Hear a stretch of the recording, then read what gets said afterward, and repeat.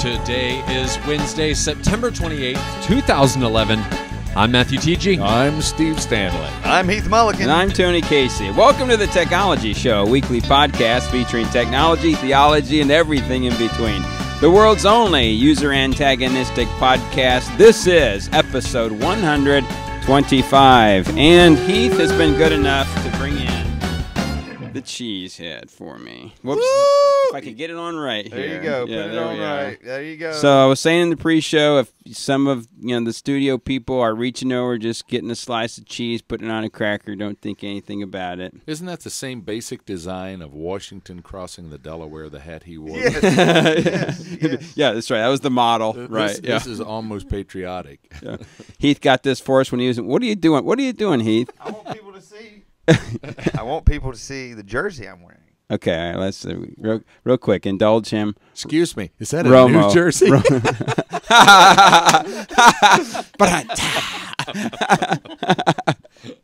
All right. Well, listen, we want to welcome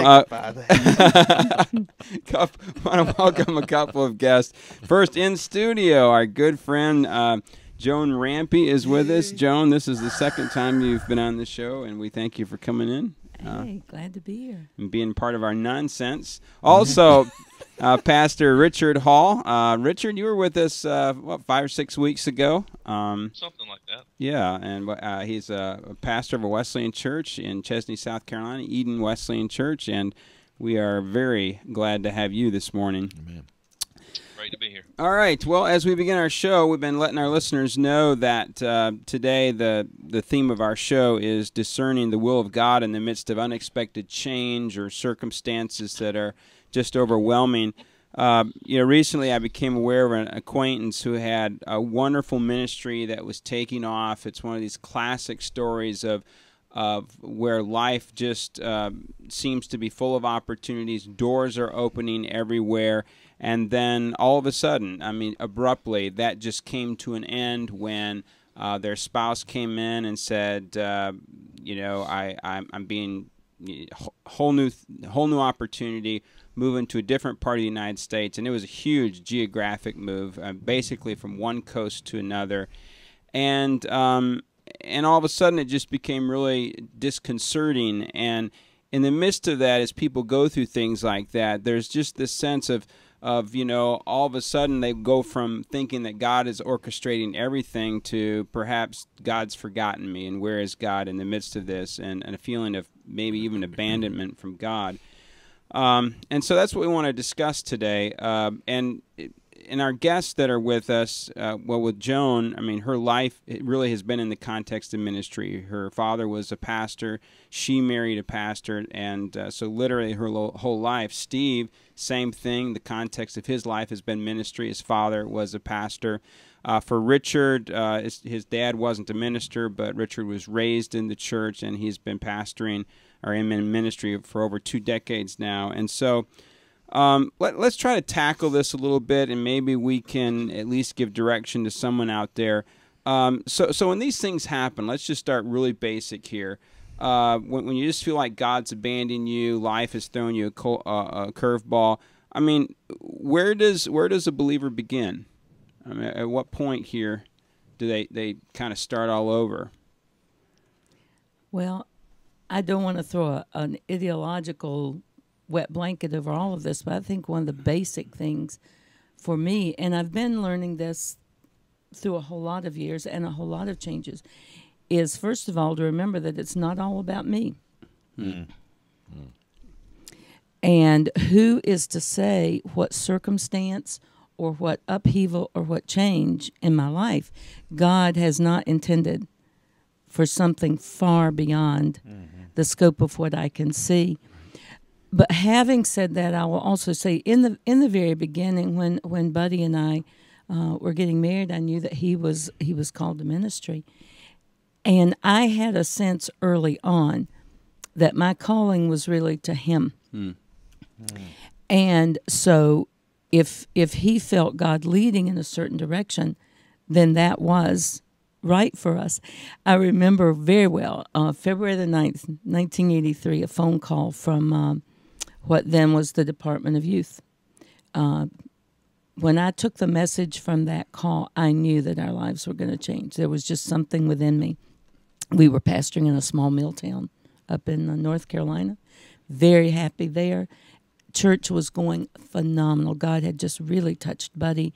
Church was exploding. It was just wonderful. And yet I knew that we were going to be leaving there. I was quite certain. And sure enough, as things developed, we were being asked by the denomination to go to Tulsa, Oklahoma and plant a church. At the time, the question was, would you be willing to go somewhere in North America and plant a church? And so Buddy said, well, they wanted to come down and talk with us. And Buddy said, well, let me just get away. Let us get away and pray for a little bit before you even come down to talk to us.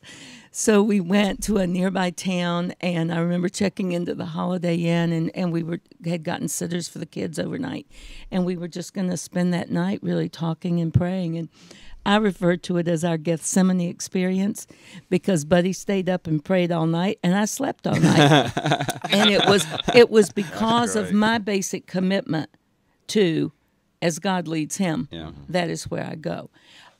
So that was kind of it from the beginning for me. So that has, to some degree, colored my perspective on change and upheaval in terms of ministry changes. Yeah.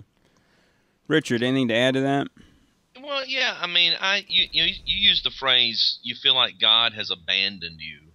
I know for me, I mean, I look back at an incident where Sharon and I were in Virginia. I was a youth pastor at a church. Things are going great. I mean, my youth group had went from averaging about 16 to 50 plus, and I thought things were going great. And the pastor calls me in and says, we renew the youth pastor's contract every year, and I'm not renewing your contract next year. Wow. And I had bought a home. I'd remodeled a home and lived in it for 3 months at this point. And I remember at the end of that conversation, he asked me, he said, so what do you feel? And I had grown up. I mean, my career had been construction. I built houses. And I said, well, I guess I'm going to go put my tool belt back on and I'm going back to work. And yet it was through those events that, that's how I got here to Eden. I mean, it was me putting together a resume and sending it out. And had he not pushed me out of that nest, he knew it was time for a new challenge for me that I couldn't see for myself. And I don't know that I felt abandoned by God in that. I know that for sure it was a family thing for us, just like Joan was saying. With Sharon and I, it was huge. We wanted our kids to buy into this and the whole 9 yards. And there were times I was just afraid. I didn't see the next step. And I think sometimes we hate to acknowledge that fear of, because we think we're supposed to be super Christian or whatever. And so, we're afraid to acknowledge, man, this scares me to death. Yeah. But at the same time, I never really felt abandoned by God, but that's partially I'm an optimist at heart. I'll see good in everything at some point in time. Yeah. Steve, I'm just curious with you. You really do bring life experience to this. You've seen this at several levels, and even not outside of your own personal experience. What's the beginning point in situations like this? Well, I think all of us start with our own context, and that our reaction is going to be determined by what we perceive the change to be. In my case, it was divorce. And you can't think of a more horrendous, hellish, unimaginable, literally, unimaginable thing to take place. I think the other part of that is the context of what's going on around us. And do we have support? Are there firm places, like when we were little kids and we wanted to swim across the pool, if you could kick off the side, you could really get going. If you've got somebody or something like that you can kick off of. And I also believe that how we react is a lot determined by who we are as people. We're not responsible for all of that. Some of that we come out of the womb with, our natural reactions. I have children that came out very aggressive and have been aggressive and type A all along the way, and I have others that are so laid back. You wish you could have pollinated between the two of them, And they probably feel the same way about me. But I think more than anything else that you'll remember God. Mm-hmm. You'll remember God. I remember my dad and I sitting. We went and got a drink of Diet Coke or whatever it was, and it was right off of Interstate 70. I could take you to the place, except that now it's a housing development. It was then a field with a single lane down through the middle of it, and we went in there, and he turned around and sat down, and he tried to tell me my dad felt things more deeply than he liked to show, and he said, I may not be able to be all the support you need, son. He said, this has really broken me down, and I'm sorry. Your mama will be there for you. Well, I'm here to report my daddy never one time failed to be there for me, and I love him for it, but I knew what he was saying. I understood. But he said, then after he got done talking about his situation, he said, what are you going to do? And the only thing, here's where the music that we sing and the things we surround ourselves with, the only thing that came out of my mouth was, Dad, the only thing I know is a charge to keep I have, a God to glorify, a never dying. It was very simple in that moment. I couldn't control what was happening to me. I couldn't control how the other person felt. I, from this moment, could only control my response to God, and then stand and watch Him put pieces back together. And that's important. What are the things that I can control, and acknowledge the things that I can't control? Yeah. Let me jump down to a question here, and it's just triggered by what you said, but I have it on the page. Are there people we should seek out during this time? I mean, you've already kind of answered that. Richard, Joan? Well, I certainly think so. I mean, I've been reading some stuff from Craig Groeschel, some other stuff, and I think one of the things that we really stink at sometimes as Christians is this whole idea of these masks that we wear. That we're afraid to tell people that we're really hurting, that we're confused, that we are uncertain of what's going on in our life. I mean, one of the things that I was thinking of yesterday, I was working on a sermon, and I remember the very first new pastor orientation that I went to, and I won't say who, but I'll never forget them saying, now listen, there's a mystique about the pastor that has to be maintained. Never let people see you hurting. I mean, they even went to so far, and I know this is jumping around a little bit, but like if you're working out in the yard and you're all sweaty and you need to run down to Lowe's to pick up some stuff, well, you make sure that you go and shower and you put on appropriate attire, because when you go out in public, you're the pastor and you have to wear this, mask. Because you can't really be real. And I think sometimes we need to seek out people that we can just say, right.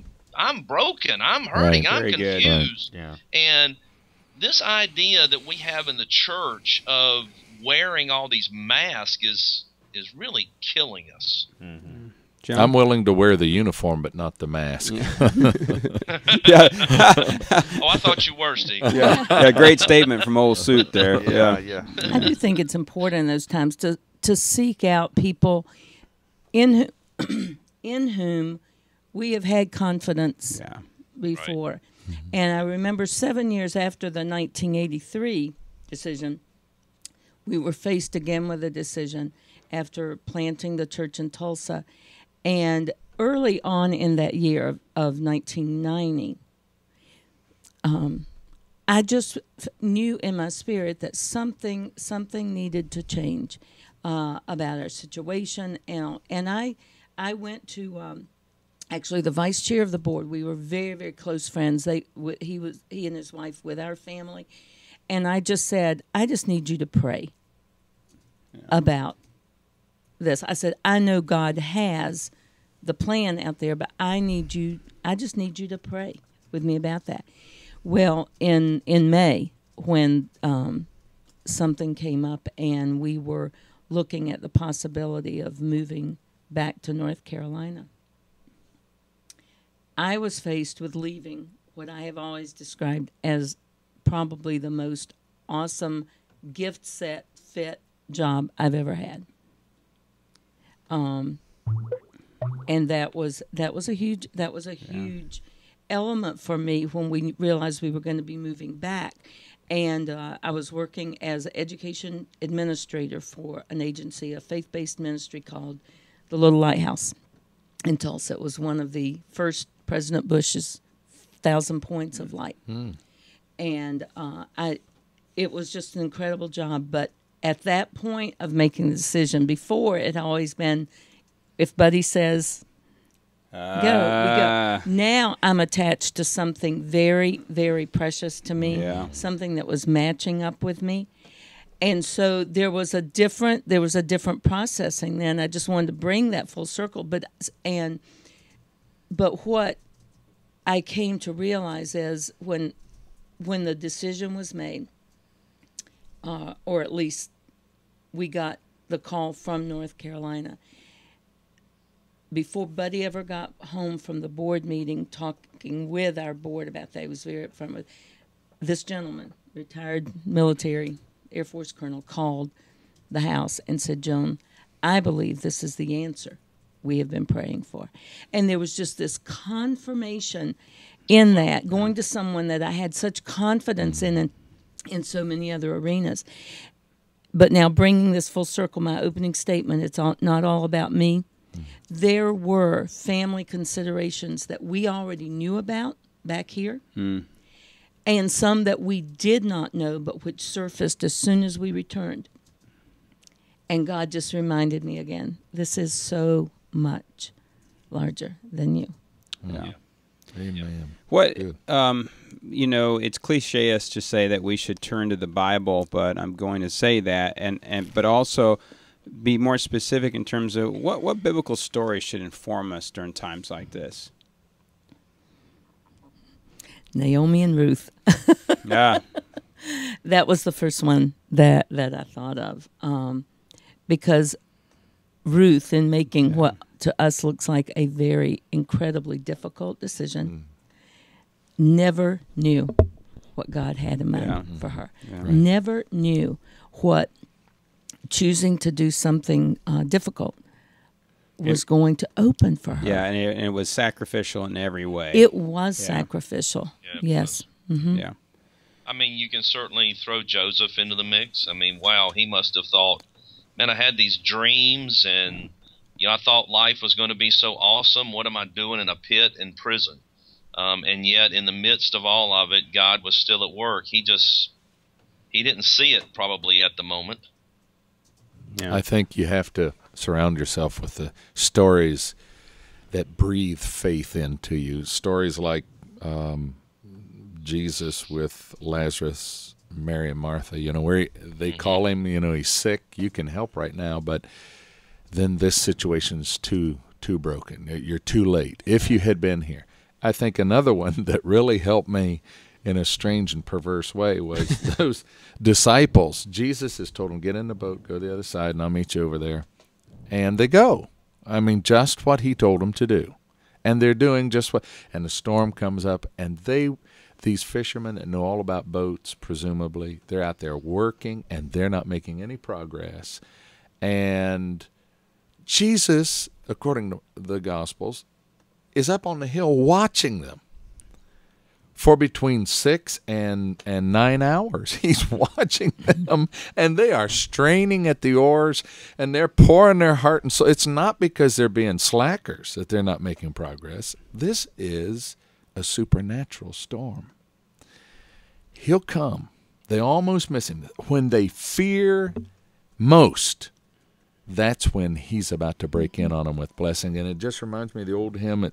We quote part of it. God moves in a mysterious way. One of the verses says, "You fearful saints, who so much fear the clouds you so much dread, they're big with mercy and will break in blessings on your head." Mm-hmm. And there's the picture of God never failing us through the storm, through the circumstance, in Joseph's prison, in all the adversities of our life, moving us from one place to another, which for a woman is a mighty big mountain. For most women, God is present, and he's ministering, and he's working his will. It is an opportunity to come to a new level of trust in him, I think. Go ahead, Richard. Well, I don't want to take us in a different direction, but at least can we touch this if it's okay? You guys call it. I know that most of us sitting around this table and me, I mean, we're all ministry oriented. 20 years ago, maybe, most of the ministry was, I mean, even in ministry, the wife didn't work most of the time. And now most of our wives do, or husbands do, I mean, however that works. And when we're talking about following God and God bringing changes into our life and all those kind of things, and I know and I appreciate it because I've heard Sharon say the same thing, much like what Joan has said this morning. How do we bring our family into the consideration of all of this? Yeah. I can point to back again. I keep going back to this Tulsa thing because it was one of the biggest moves and transitions we had. But when we were in Tulsa, I had been there 7 years. The kids were firmly established there. Our daughter Miriam was getting ready to enter her senior year. Wow. She had been running cross country competitively now for 7 years. Scholarship offers and all. But when Buddy and I were giving consideration to that, he said, the next person we talked to is Marion. He said, she has veto power in this. Yeah. And I thought for that reason we probably wouldn't be moving. And he broached the subject to her just briefly, and then she said, well, I've got to think about that. We thought she would explode all over because she was our resident drama queen. But she went off to work, came in that night. We were already in bed. Came in and sat down on the bed. She said, I think that would be a good thing. Wow. Absolutely amazed us. Yeah. Wow. But he did, Richard, feel like she had, because of the place where she was in her life, that she had veto power on this if she so chose. Sometimes, you're talking about change, and what you guys have shared is it's kind of like this event, and then like you guys made the move and you're still going through change. With us, we, left one place, and then over the next 10 months lived in 3 different places, and then moved to a whole nother state. So in the span of 10 months, lived in 3 states, 4 different places, and then as soon as we get settled somewhere, the DS from South Carolina calls and says, hey, come on down to Oakwood. But you know what? It was when the unexpected happened. Mm-hmm. It was a whole process. And I remember somebody said, you can't see it now, but on the other side, you'll look back. And I wanted to slap them upside the head, but they were right. And I remember distinctly with that person, when we got back to Westminster and we looked back over 3 years, and we had a good laugh. I'm like, well, I sure am glad God knows what he's doing. But I still try not to say that to people in the midst of what they're going through. Well, I made a note. I think that another thing we need to remember, it's kind of a baseline here, is that just because something is unexpected doesn't mean that it has to produce confusion, because it is not unexpected to God. Mm-hmm. Right. Good. Yeah, so this is a matter of perspective. It is. Yeah. It is. And so he's just as capable and efficient in the unexpected as he is when it's not. Yeah. Yeah. Yeah. I mean, part of this is just the human desire for knowing the future and security, and that everything is just laid out in a way that's not going to cause me stress in life. Let me ask this question. So are there any particular spiritual disciplines that, we really should be intentional about during this time? It's easier to fast. Joan said it. Joan said that when she and Buddy were making the decision to go to Tulsa, they went and got away and prayed about this. Well, she slept, he prayed. I did pray before I went to bed. But I think it's in times like these, and I find myself in my closest relationship with the Lord because I realize I am at such a complete loss of knowing what to do. I do think the idea, the spiritual discipline of prayer and fasting and seeking the face of God. Obviously, man, when we're going through things, and it's our fear and uncertainty that puts us there, but I think that's what God calls us to. I think another means of incorporating a spiritual discipline into this is to pull down your journals or your prayer list, or and what happens, you start retracing God's absolute faithfulness. That many times, perhaps most times, only comes in hindsight. In hindsight. But I have not done near as much journaling in my life as I now wish I had, but the journaling that I have done and I do now has been such a source of strengthening, in times where it's not real pretty. I would add a caution. I think when we're going through these things, we have the feeling, I think the devil plays off of this too, that we're the only one that's experienced this. Right. I don't care how many people around you that say, well, I know what you're feeling. Well, they really don't know what you're feeling. But we need to look around and see that there are footprints all around here. And God has brought them through, those who would walk with him and give him space in their lives to move. It's difficult to see that. It's often people, well-intentioned people, will say things that are objectionable, but listen to what they say anyhow, especially if they've been through something that was of a similar magnitude. Are they just giving you the encouragement that, look, I've been down and I'm up now. I've been in darkness and I see the light again. I had no hope and my joy was shattered. My life was in shreds. But look where God has brought me.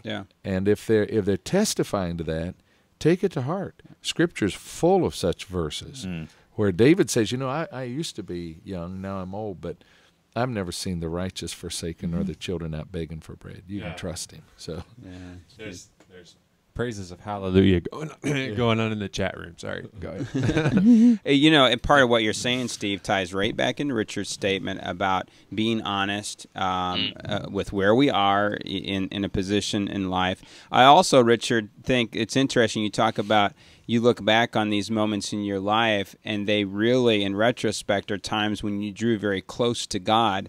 It reminds me of Leonard Ravenhill. I had a comment. Now, if you don't know who Leonard Ravenhill was, he could be very caustic and a little cruel sometimes, but also very spiritually insightful. And I heard him preaching a sermon one time, and he said, God does not answer prayer. And it was at a ministers' conference with 200 ministers, and you could have heard a pin drop when he said it. And then he yells out again. He goes, I say it again, God does not answer prayer. And like everyone's like, where is he going with this? And finally he said, God answers desperate prayer. And he just unpacked all of that. And he gave biblical examples of Hannah and how she's desperate before the God. And just this sense of, God, if you don't pull this off, I ain't gonna make it here. I'm outside of my own power. I'm outside of my own wisdom. I'm outside of my own resources. I'm totally dependent upon you. And it was C.S. Lewis who had a theodicy, an argument for God, and one of them in this whole thing of evil and suffering, he says one of the things that we don't know is we can't calculate the good that sometimes comes from these awful situations. Well, honestly, Tony, would you trade in? I mean, these are for me kind of like mile markers on my life. And when I look back at it, I'm not so sure I would say, boy, I wish I'd have never went through that. Because it's exactly what Joan said a moment ago. Instead, you look back at those moments and you're like, wow, I didn't see it then, but boy, I see what God was doing now. And that's not to minimize the hurt and to minimize the pain and everything else that you go through when you're going through that stuff. But at the same time, I'm not so sure I would trade those mile markers in because of what I see in God during those difficult times. excuse me. No, that's right. Go right ahead. We've talked a lot about the process of decision making, or the process when decisions are made for us, and how we work through that.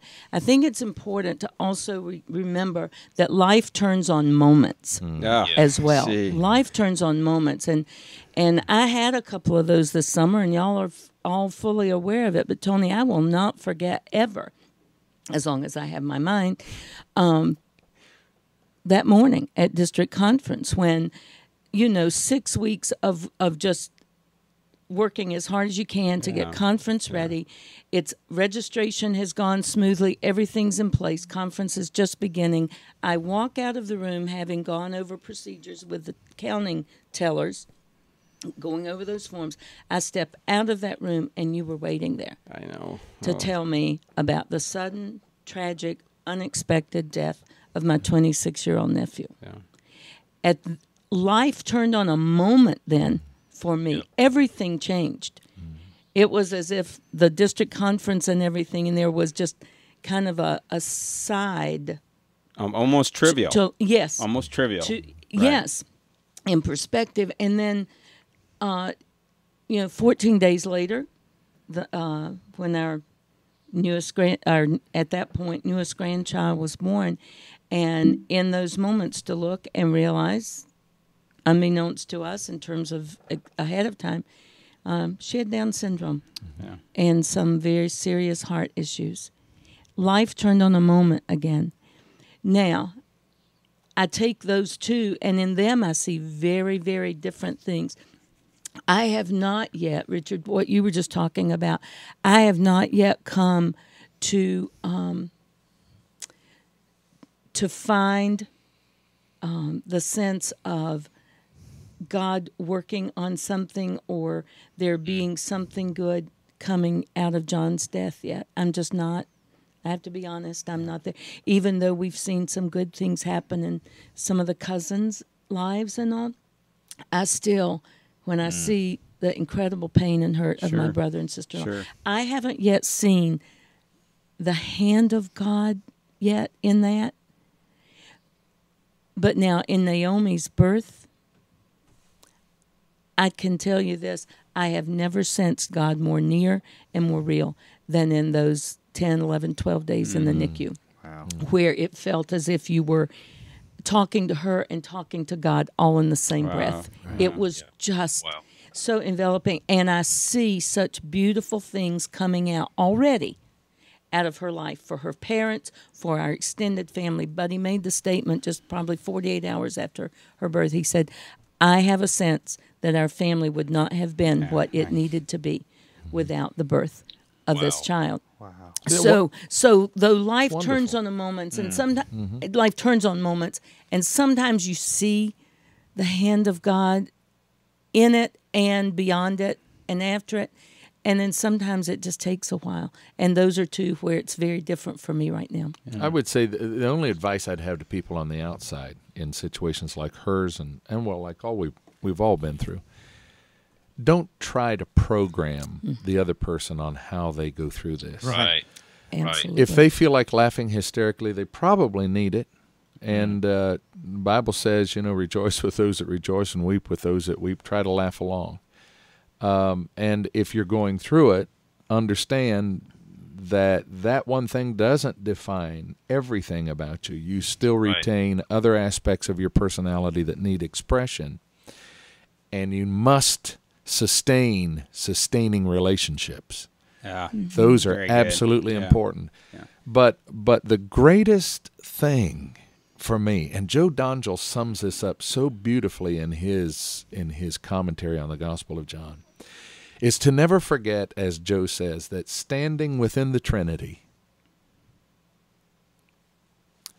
is one who became flesh for us. Amen. And he not only knows it ontologically and in every other way, he knows it experientially. What aloneness. My God, why have you forsaken me? But we know he wasn't forsaken. At the moment of his greatest feelings of forsakenness, this was still my beloved Son in whom I'm well pleased. Very good. So I think you will draw, at least I have, great comfort and strength from knowing He really understands. Yeah. He's got this. The point at which Jesus identifies with us the most is at the point of suffering. Right. Yeah. Right. Yeah. Well, I think, Tony, I think Joan, and I loved what she said, and I think one of the most cruel things that we can do sometimes in the church is come up to someone who's going through crisis or change or, unforeseen circumstances or whatever, slap them on the back and say, "Oh, brother, I'm telling you, the word says God works all things together for good." And it's like trivializing Right. the hurt and the pain. Because right. Joan is right. I mean, yeah, I can look back now 20 years later at the circumstance that I went through when I moved to Eden. But I'm telling you, when I did, I was hurting big time. Yeah. But, We have to allow hurt and pain and questions to have their place and do Amen. their Right. work in Yes. our lives. Otherwise, we are incomplete and we are completely useless to the world. One of the good. best things that happened for me is when we moved to Pennsylvania. We were hurting, and we were only there for 10 months serving at that church, and I never quite knew where I stood with those people. And then last summer we actually did our mission trip up there, and as we're preparing to go, I said, "Hey, we want to come to I was talking to the pastor. We want to come to church there. We were going to do a skit," and he said, "Why don't you preach that day?" And so I had the opportunity to express, because those people took somebody that was broken and they started putting us back together. And I had never really got to express that. And just the way they welcomed us and they loved us on the mission trip, it just kind of gave me this sense of peace that, okay, they don't hate me. They understood their part in that whole process. Wow. And so it was also affirming, because at that point I was telling them, we're actually getting ready to move again, and they could see the whole picture, and I was just encouraging. It was encouraging. Richard, you talked about the importance of not trivializing this. Doesn't this flow right back into, I've gone to your statement twice now, but this statement of being authentic, being ourselves, that somehow the church is it can be a little bit polluted in that we just can't admit this, that we are hurting. Other people buy into that, and so they respond in kind. They whip out the passages of all things work together for good. I mean, Right. it's part of a bigger system, don't you think? Well, I do, Tony, and in all fairness, I think most of the time that we don't know, we see somebody's issues, we see their hurt, we know they're hurting, but we also know we can't fix it. Yeah. We can't change it. Yeah. And so since we can't change it, we either ignore it, we trivialize it, or we run from it, and we just pretend that it's not there, and we don't want to deal with it. And somehow, and I need to get better at this. I think the church needs to get better at this, where we can take people and help them through their hurt. Yeah. I don't think we do a great job at that most of the time. Richard, don't you think? I mean, this may just be a restatement of something you just said, but it's like we feel that if we quote scripture to them, then somehow it means we don't have to hurt with them. We don't have to walk through this with them. We don't have to just be silent and be there with them. Sometimes if we can throw a scripture passage on it. Well, and please don't misunderstand me, but do we use the scripture? Do we say, here, use this as a crutch, don't use me? Yeah, and I think here's the thing that you said, Richard, I think rings true, is that we feel like we're supposed to do something. Right. And so we do it, and a lot of times it's just inappropriate. Exactly. We haven't ministered. One of the great stories, I had to read for Pastoral Care a book, and I apologize because I can't even remember the author's name right now. It's sitting over on the shelf over here. But there's one story in there, and the author's trying to make the point that all we have to do is identify with people, but we don't have to say things in their time of hurt. And he tells the story of a mother that just lost a baby to SIDS, sudden infant death syndrome, and the parents are devastated. And so they call the ambulance. Well, the ambulance, they call the police, and so people are there. And she talks about how everyone is very professional, and how the mother, that is, and the mother says everything was cold and it was sterile. And I'm sitting here, my daughter's dead, and I'm trying to process this. And she said, and all of a sudden I look up, and in the living room there are two police officers who haven't said anything to me. They haven't said anything to anyone. She said they're just standing like at attention. And she said, both of them are crying. And she said, in my whole grieving process, nothing meant more to me than these two officers who stood there crying, who never said a word to me. Huh. Yeah. They had no advice. They didn't try to console me verbally, but their tears meant more to me because she was hurting, and she noticed that they were hurting as well, if for no other reason, just for her. Right. And that's what was meaningful. And I think that you're right, Richard. We feel like we have to do something, Right. But then a lot of times we don't help things along. I think as pastors too, we run into the situation where people expect us Ooh. to be able to do something We're or the to answer know people. something.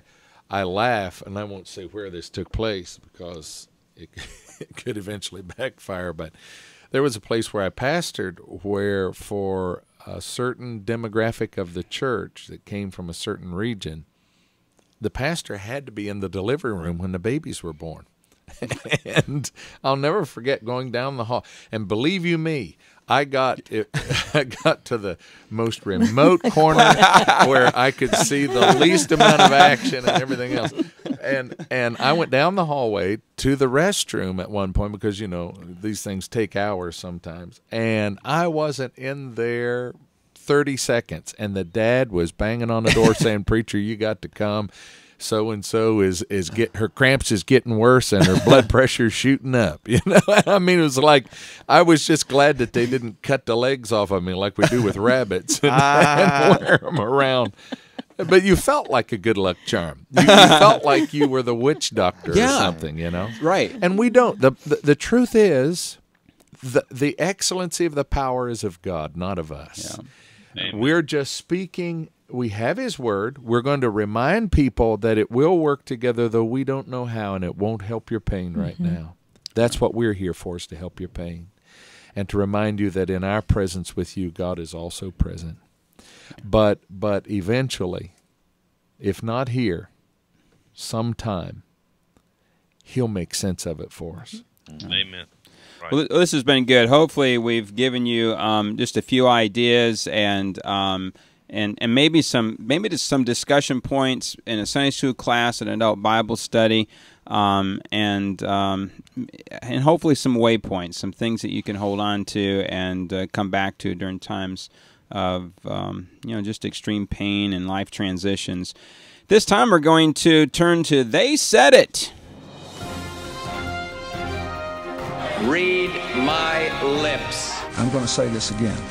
I've never taken steroids or HGH. I took the initiative in creating the internet. The Macintosh, of all the machines I've ever seen, is the only one that meets that standard. I'm not a crook. If you know what you're doing here, slide out.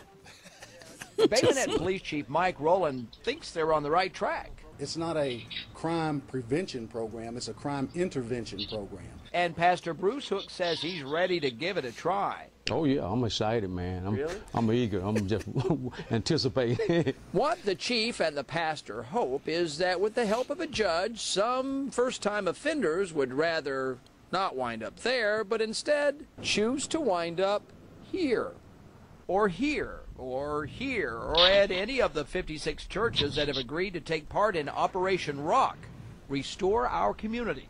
What we wanted to do was target the group of people who are most likely to have a chance to be productive in our community. What would happen, says the chief, is this. Judges in his city who currently sentence offenders to jail time or community service would have another option to offer qualifying first-time nonviolent offenders. Instead of going to jail for a year, that offender could choose to avoid a cell entirely and instead go to Sunday church services for a year. We're hoping that through this program over the next year that we will take a substantial number of these people who are sentenced and be able to turn them around and let them become productive people in the community. Most times they just got to get in the right place to hear the right thing, and that's the Word of God. It's a partnership where pastors would monitor attendance and offenders would have to check in with the cops. But if it works, the department and local clergy believe the idea could save money and restore lives. Teach them that they are valuable, that God has a plan, God has a purpose, you know. In Bay Minette, Alabama, Darwin Singleton for NBC News. Maybe the Facebook application put this presentation in people's news feeds and they watched inside of Facebook. Maybe it showed up in Facebook Friends news feeds. Maybe all the users took the alternative path of going directly to Ustream. Or maybe, just maybe, there's a little bit of storytelling going on. Charles Roeder reporting that 17,000 people watched Al Gore's recent 24 Hours of Reality climate broadcast, not the 8.6 million viewers that Al Gore's website is claiming. Source, Fox News. Like pretty much everything else these days, the software giant has added the oldest known biblical manuscript to the cloud. Brian Heder reporting on the news that Google has digitized the Dead Sea Scrolls and made them available in the cloud. Source, Engadget. So cool. The Fromm case further involves regular meetings on Sunday mornings and Thursday afternoons with up to 50 persons, with impacts on the residential neighborhood, on street access and parking. Kathy Salcedo, a spokesperson for the city of San Juan Capistrano in Orange County, California, explaining why the Fromm family was fined $300 for having a Bible study in their home. Source, News Corps. It was not respectful. It was not just. It was not loving, and therefore it was not Christian. It was ugly and demeaning, and, as we will see, because of my complicity, I have much to be sorry about. John Piper confessing that he was a racist while growing up in Greenville, South Carolina. Source, Christianity Today. All right, so that very first one, the either go to jail or go to church. Sentence to the slammer or sentence to church. Talk about having a captive audience. Prison or the pew. I'm just going to tell you, if they came to our church and had to listen to me, that'd be punishment enough. Scared Street, Part 6. Can I go back to jail? Can I just shoot me? Is there a redo? Can I go rob something else and that way get time? My polluted mind, the first thing I thought was, it'd probably be a lot easier to do jail time in some cases than to go to particular churches. Oh, my goodness gracious. Yeah, you're right. That's awful. That's what I thought about. But sadly, you send some of these guys to a small church, and they're so desperate. They're like, guys convicted of robbery is like, hey, can you help take up offering today? Well, our church, we have had, they've not been there the last 2 Sundays. We had the picnic one Sunday, but we've had a number of visitors from the halfway house behind the church. Yeah. And it's an incredible rush at the end of service to be standing up front and see 5 or 6 people with bulletins that you have to sign. It's just like you're a rock star. Every time I see them coming, I say, well, here come my adoring fans. And they now, one church I served at had, I don't know how the partnership worked, but there were several times where people had to do 80 to 100 hours of community service, and they allowed them to do it at the church. I've seen that. And I'm telling you, we got a lot done. Yeah. So, Matthew, I heard you say, cool, talking about the Dead Sea Scrolls being digitized. Yeah, so just like Google's digitizing books, they've these extremely high-resolution things. We're going to link you to it in our show notes. You can go there and just dig into these things. I mean, just get in ultimate detail. So here's things that we've been talking about. I can remember just when were they discovered? In the 40s. Yeah. 47. But okay. I mean, all my life I remember people talking about the Dead Sea Scrolls and further discoveries that were made as they were uncovering more and more, and now to be able to see them with your own eyes, to be able to take a look at them, even though I can't read the Hebrew.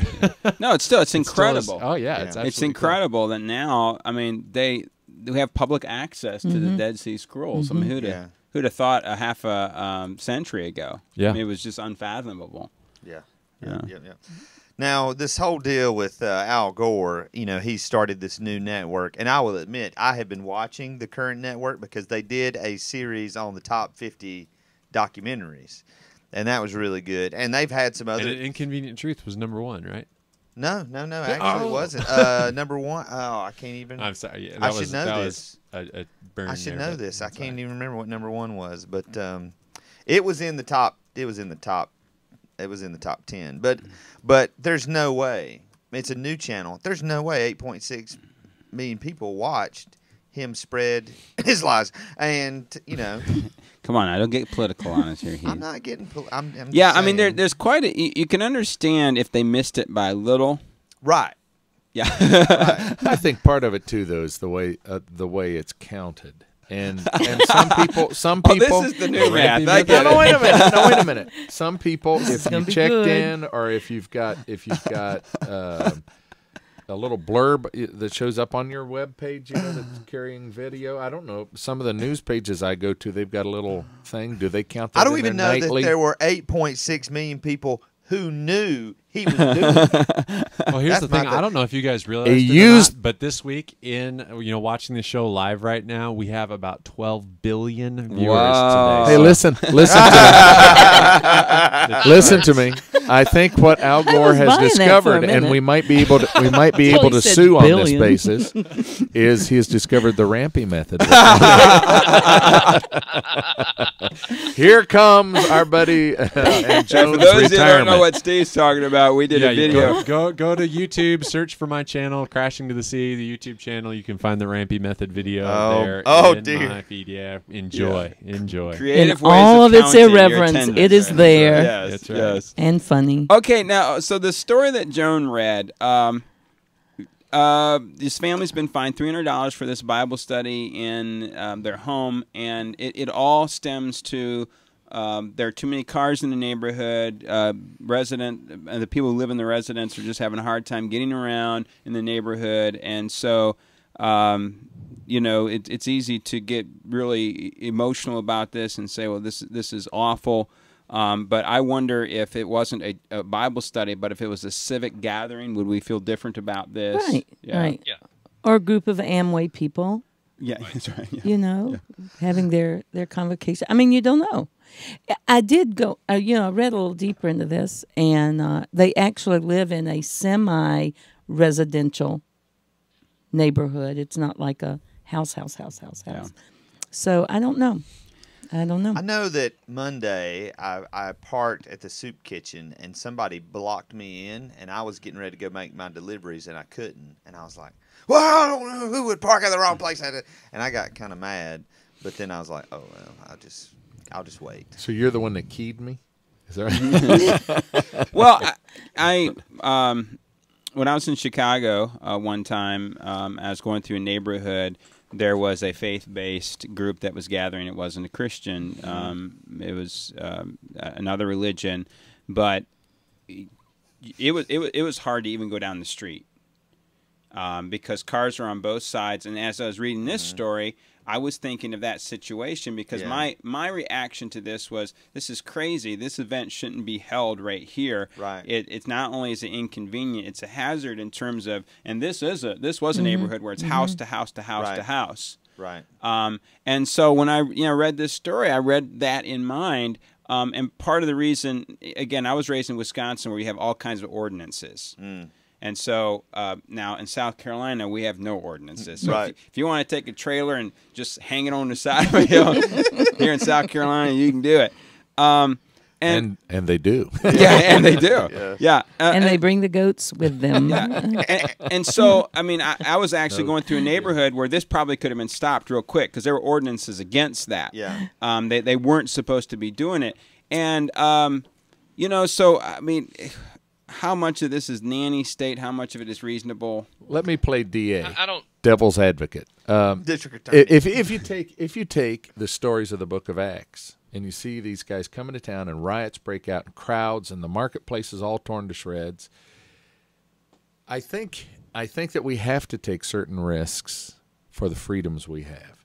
I don't believe their testimony is that they have 50 every week or even 50 most weeks. There might have been an event or two where there was something of that nature. One of the comments that I read where people had responded to the story was, so if people have a kegger party at their house while they watch the game, should we declare it a bar and require them to get a, if there's going to be equanimity, if there's going to be fair treatment all across the board, that's one thing. My problem with this as a libertarian is, first of all, it violates our freedom of assembly, and second of all, it has not been demonstrated that this is a continuing 50 people. Normally, from what I read, it was less than 12 people that were getting together. Yeah. Richard, you were going to say? Go ahead. Well, yeah, on the other side of that, Steve, and I'm with you, but at the same time, boy, if this is a Christian group, I wonder how good a job they're doing at winning those neighbors to Christ. If they are being less than gracious, if they're blocking the driveway, if they're making it hard, and the neighbors are all furious and mad about it, what does that say about our testimony and our witness to the people in that neighborhood? I mean, obviously, I don't know. There's a fine line here somewhere. Well, but we don't know that that's the case. We don't. Right. And if that were the case, I would be with you. I would say that of course, they're shooting themselves in the foot, and they are betraying the very message that they think they're championing. But I don't get the sense from everything I've read that is the case here. And so strictly from a constitutional point of view, not even from a biblical point of view, I hate to see this. I would hate to think that we have given our right of assembly over to the government to such an extent that you couldn't even gather with a group of your friends in your home for something as innocuous as Well, Bible a question study. to be asked is how often would they have to pay this $300 fine? Right. They could just take up offering, seriously, and hey, we pay. This is what we pay to meet at this place. But I guess my take is Assessment. if the fine is being assessed because of the way that people are parking is creating a public hazard, then I agree with the city that they do have a right to fine, and the church should take responsibility to say, all right, we got to figure. Well, this is a home Bible study. Right, so. right. They've got the home Bible study's got. We got to figure out how we can park and make this safer for everybody. So there's a sense of working together. And there's a lot to this story, and we all know that sometimes it can just be one person out on a crusade. That's right, because it says with impact on the residential neighbor. It doesn't say a serious impact. It doesn't say a repeated impact. It could be that one guy could not get in his driveway one day, one Sunday morning, well, or one Thursday. They're wanting their Bible study to impact their neighborhood, not this kind of impact. Hey, real quick here, Richard read this statement from John Piper. We're going to link you to this story. Boy, take time out to read this. It is a great story. And I think a courageous statement by Piper. Last week we kind of blasted Piper. This week we're saying this is something of quality. Yeah, he's got a new book called Bloodlines that I look forward to reading. But it's about the church and racism, particularly the church in America.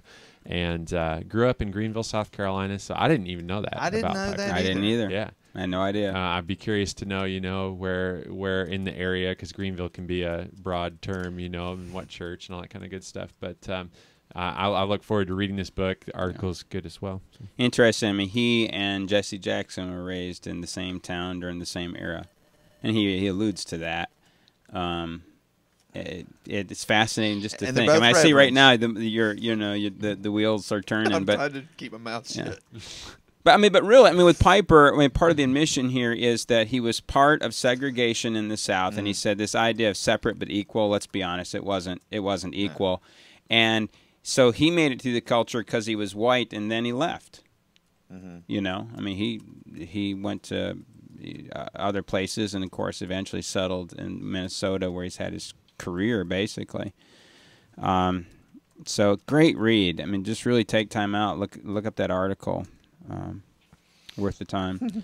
Okay, here's our last story here. Heath has really been great. He's out there just combing the internet. He's dredging, trying to find that one story And here it found is. it, baby. Patrons mistake ice cream shop mascot for KKK robes. Is there I any have way the we picture. can get... Oh, yeah, I have good, the picture. good. Everybody turn Here's your the picture. attention to the There screen right there. You can't.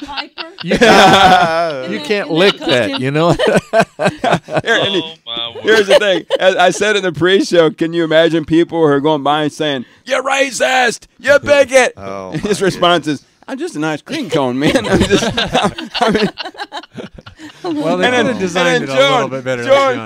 Joan points out that, well, he looks Hispanic. I mean, I think it's it's a Puerto Rican face there, and on an ice cream cone with Anybody can sprinkles. tell that for this Pete's guy sake. is not hardcore anything. He's a waffle cone.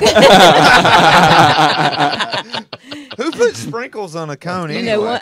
I went and pulled down the story, and one of the funny things that made me laugh. There was a sentence that said, "Through it all, the partners, the owners of, have managed to maintain their good humor." And I thought, now there's an ice cream franchise everyone can love. It says the manager is from Puerto Rico, had never heard of the KKK, and in all her interviews has referred to them as the Ku Klux Klan. That's good. I think better than hardcore about anything. The waffle cone. I think he can't be hardcore about anything. He's soft serve. I think. A little bit better. All right. Well, take that story and do with it what you want to. You gotta look at the last line though. We're a friendly environment, family oriented. We're not racist. We're very friendly, very religious. So that's where we all need to take our business, right? I mean, this is a religious ice cream store. Hey, it's not just ice cream; it's religious ice cream. I've had a religious experience eating ice cream before. Let's talk about graders. Oh my goodness! All right, I just heard the show go off the rails. Right there. Yeah. Hey, Richard, thanks for joining us today. Is there any place our listeners can find you on the internet? You can check out our church website at eden-church.org. And there's a link there to our Facebook, Twitter, and all that kind of good stuff. Hey, Richard, thank the prison officials, too, for letting you use the camera in the warden's office. Absolutely. Would you like that? Also, it's been just great having Joan Rampey with us. Yes. All of us know here, I mean, we're all in the district. We know that Joan really runs the district. Yes. Buddy is just the front man for it. So, Joan, so if it goes in the ground, we know who's responsible, right? No. We know it won't go in the ground as long as you have your hand in it. Little did she know in 1983 when that call to Tulsa came that it would lead her. Yeah, that's right. It was all part of the greater plan of the Techology show today. That's right. All right, Joan. This is the highlight. That was self-serving. Joan, where can our listeners find you? At the district. They can find me at the district office most times. Where are you? At Table Rock. You're on Facebook.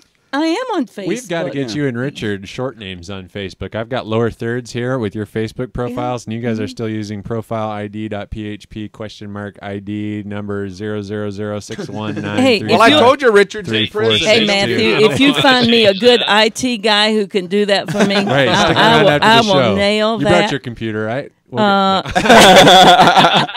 That was a do-wrong, man. Yeah, Mac stayed at home this morning, and I deeply regret that. All right. Heath, where can our listeners find you? They can find me at chaseyourline.com, and there's a lot of good stuff going on there. So. Yes, they can't find me anywhere right now because I am covered up with work. Yes.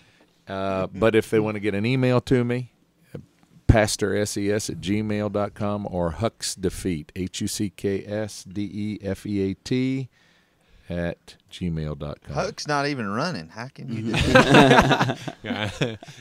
That's a leftover from 2008. Okay, MatthewTG.com, where if you can spell it, you are worthy. The historically illiterate would say that. You can find me at facebook.com/AKC64. And I know that people are asking, Heath, next time could you please not wear the Romo jersey, because we've had all kinds of people come in. They thought it was Romo on the show. Right. And then I've signed autographs. after a while they realized it was you, and so you guys are like twins. He's just a foot taller. Yeah. Well, I got a lot more fat to protect my ribs than he does. So. All right, now put the cheese head back on as I do the show closing That's here. right. All right, so listen, if you want to do further research on anything we discussed today, you can find all the links to the stories we covered at our website, the Techology Show. What is it? The Techology Show. One more time. No, if you want to contact us, send your emails to thetechologyshow@gmail.com, or better yet, listen. Leave us a voicemail. Please. Leave us a voicemail. Call us at 3049-TEOLOGY. 3049-TEOLOGY. Leave us a message, and we may even play your comments on the air. Maybe. As always, thanks for joining us, everybody. Goodbye. Goodbye. Bye. Do it, Heath. Do it. Adios. We can't end the show without adios. In high